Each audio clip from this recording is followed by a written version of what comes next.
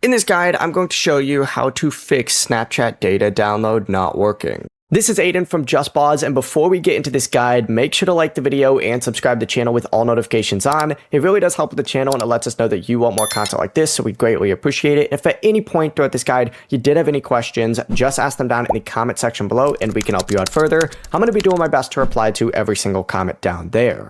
First things first, you need to essentially just back out and go to accountssnapchat.com. I already have this open up just like so. You do need to sign into your account. And then from here, just scroll down on here. You're going to see my data. Open that up. And then it's going to take you to a page that looks something like this. Essentially, just check See Exports just to see if you have any exports already going on. In my case, I actually don't right now. But essentially, hit See Exports to see if your download is ready. Snapchat will also send you an email whenever your export does finish processing.